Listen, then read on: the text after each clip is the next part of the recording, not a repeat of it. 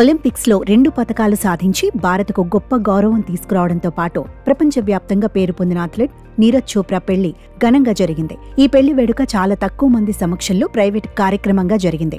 ఈ క్రమంలో నీరజ్ చోప్రా తన జీవితంలో కొత్త అధ్యాయాన్ని ప్రారంభించినట్లు తన ఇన్స్టాగ్రామ్ ఖాతా ద్వారా పెళ్లి ఫోటోలను షేర్ చేశారు. ఈ ఫోటోలను చూసిన అభిమానులు ఆశ్చర్యపోయారు.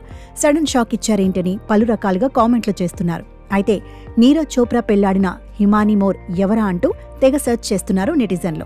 నీరజ్ చోప్రా భార్య హిమానీ మోర్ మాజీ టెన్నిస్ క్రీడాకారిణి. చివరిసారిగా 2017లో ఆడింది. హిమానీ మోర్ సొంత ఊరో హర్యానాలోని సోనిపట్ జిల్లా లార్సౌలి, పానీపట్లోని లిటిల్ ఏంజిల్స్ స్కూల్లో ఆమె పాఠశాల విద్య పూర్తి చేశారు. ఆ తర్వాత ఢిల్లీ యూనివర్సిటీ నుంచి పొలిటికల్ సైన్స్ ఫిజికల్ ఎడ్యుకేషన్లో గ్రాడ్యుయేషన్ డిగ్రీ చేశారు. అమెరికాలో ఆమె చదువు కొనసాగిస్తున్నారు. ప్రస్తుతం అమెరికాలోని మారిషస్లోని మాకోర్మాక్ ఐసెన్బర్గ్ స్కూల్ ఆఫ్ మేనేజ్మెంట్లో సైన్స్, స్పోర్ట్స్ మేనేజ్మెంట్, అడ్మినిస్ట్రేషన్లో హిమానీ మాస్టర్స్ చేస్తున్నారని తెలుస్తోంది. ఫ్రాంక్లిన్ రియర్స్ యూనివర్సిటీలో టెన్నిస్ పార్ట్ టైం కోచ్గాను హిమానీ గతంలో పనిచేశారట. ఆమె హైరెస్ట్ కాలేజ్ టెన్నిస్ టీంను కూడా హిమానీ మేనేజ్ చేస్తున్నారు.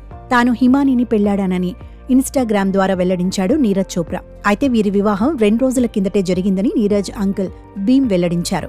ప్రస్తుతం వారిద్దరూ హనీమూన్కు వెళ్లినట్టు చెప్పారు. అయితే ఎక్కడికి వెళ్లిన విషయం మాత్రం వెల్లడించలేదు.